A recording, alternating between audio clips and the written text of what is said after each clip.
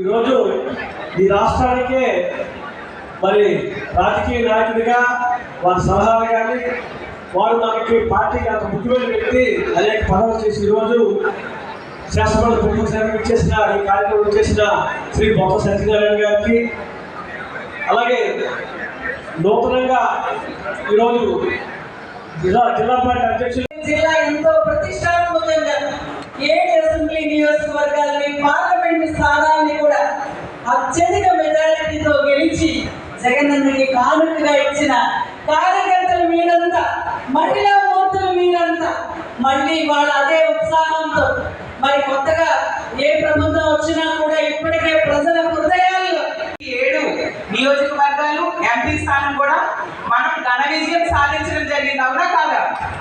సుదీర్ఘమైన రాజకీయ అనుభవం ఉన్న కుటుంబం నుంచి వచ్చిన అమర్నాథ్ గారు తన తండ్రి పేరు నిలబెట్టేలా ఈరోజు చక్కగా పనిచేస్తూ ఉండే పరిస్థితి మనం చూసాం. అలాంటి అమర్నాథ్ గారికి రానున్న 4 సంవత్సరాలు కూడా మీరందరూ వెన్నుదండుగా ఉండాల్సిన అవసరం ఉందని నిర్ణయించుకుంటూ ఉన్నాను. అధికారంలోకి వచ్చిన తర్వాత మిమ్మల్ని పెడతాం. చంద్రబాబు నాయుడు అధికారంలోకి వచ్చిన మిమ్మల్ని తీసేస్తాడు. మీరు పార్టీ కోసం పనిచేయండి అని చెప్పారంటే నేను గెజిట్ ఆఫీసర్స్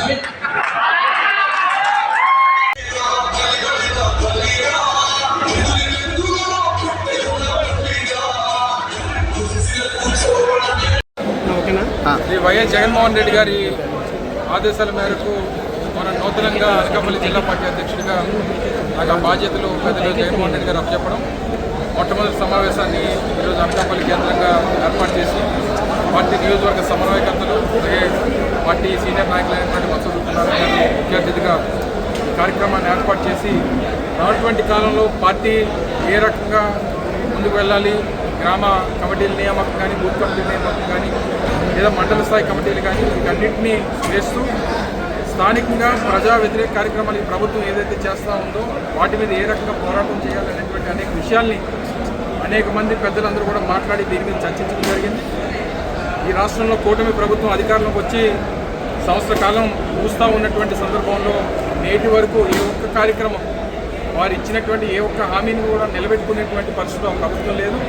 పైపెచ్చు ఈ జిల్లా అంతా కూడా ఏ రకంగా అవినీతిమయం అయిపోయిందో, స్థానికంగా క్వారీలు కానీ, స్థానికంగా ఉన్నటువంటి షుగర్ ఫ్యాక్టరీ కానీ, స్థానికంగా ఉన్నటువంటి రోడ్లు కానీ పెద్ద ఎత్తున ఏ ఒక్క అభివృద్ధి కార్యక్రమం కూడా జరగకుండా పూర్తిగా అవినీతిమయం అయిపోయినటువంటి పరిస్థితి మనం చూస్తూ ఉన్నాం. వీటన్నిటి మీద కూడా ఒక కార్యాచరణ రూపొందిస్తాం. ప్రతి ఒక్క విషయం మీద కూడా పోరాటాన్ని టేకప్ చేస్తాం. ప్రజల్ని అందరినీ కూడా కలుపుకొని ప్రభుత్వం మీద ఒత్తిడి తీసుకొచ్చి వారు ఇచ్చినటువంటి హామీలు నిలబెట్టుకునేటువంటి దిశగా వారు చేస్తున్నటువంటి అవినీతి కార్యక్రమాన్ని ప్రజల మధ్యలో పెట్టేటువంటి కార్యక్రమాన్ని అన్నీ కూడా రానటువంటి కాలంలో వైఎస్ఆర్ కాంగ్రెస్ పార్టీ చేపడుతుందనేటువంటి విషయాన్ని మరొకసారి సందర్భంగా తెలియజేసుకుంటూ పెద్ద ఎత్తున విచ్చేసినటువంటి పార్టీ అభిమానులు, కార్యకర్తలు, నాయకులు అందరూ కూడా జిల్లా వైఎస్ఆర్ కాంగ్రెస్ పార్టీ తరఫున హృదయపూర్వకంగా వారి కృతజ్ఞతలు తెలియజేసుకుంటారు.